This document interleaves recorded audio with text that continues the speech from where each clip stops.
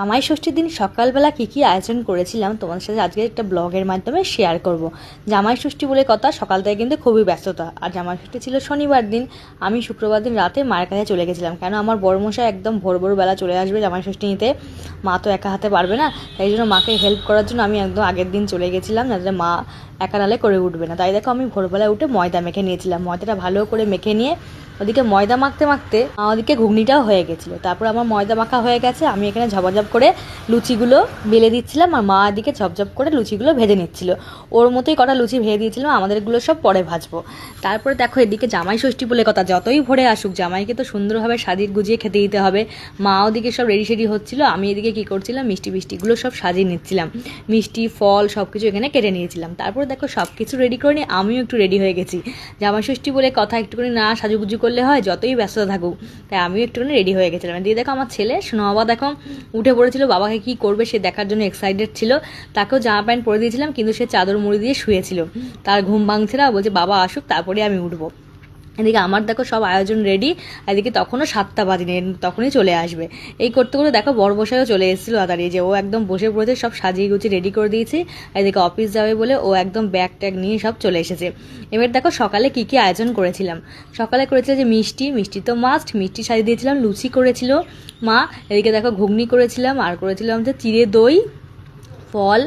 আর চিড়ে দইটাই হচ্ছে মেন, এই তোমার জামাই ষষ্ঠীতে চিড়ে দইটা হচ্ছে আসলে। এইগুলো করে সব রেডি হয়ে বড়মশাই একদম রেডি ছিল জামাই ষষ্ঠী নেওয়ার জন্য।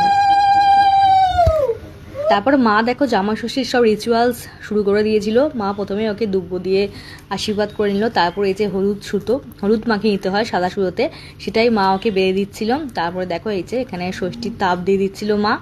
তাপ দিয়ে নিয়ে তারপরে এখানে দেখো হলুদের টিপ পরিয়ে দিচ্ছিল, ষষ্ঠীর যেটা মেন হলুদের টিপ, এটা পরিয়ে দিয়েছিল। পরিয়ে দিয়ে তারপর দেখো পাখার বাতাস করেছিল, আর বড়মশাই তো হাসছে পাখার বাতাস করছে বলে। তারপরে দেখো মা এখানে চিড়ে দইটা খাই দিয়েছিল, চিড়ে দইটা বলেছিলাম মেন, তাই জন্য চিড়ে দইটা মা খাই দিয়েছিল।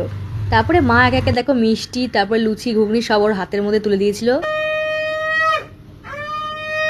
এদিকে শাক বাজানো হয়ে গেছে, এবার হচ্ছে গিফট দেওয়ার পালা। সব নিয়ম কারণ শেষ, শাশুড়ি দেখো জামাইকে গিফট দিচ্ছে, আবার এদিকে জামাই শাশুড়ি মাকে গিফট দিচ্ছে। তারপরে সব কিছু হয়ে যাওয়ার পর বড়মশাই খেয়ে নিচ্ছিল, আর এদিকে আমার সোনা বাবাকে দেখো মা এখানে ষষ্ঠীর যে নিয়ম কারণগুলো সব কিছু করে দিচ্ছিল।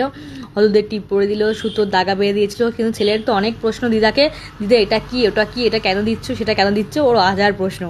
এগুলো সব কিছু ওকে করে দিয়েছে, আর সোনা বাবাও খুব আনন্দ লাগছে ওকে করে দিচ্ছে বলে, দেখো না কি বক বক করেই যাচ্ছে। এদিকে মা ওকে দুব্বো দিয়ে আশীর্বাদ করে দিল।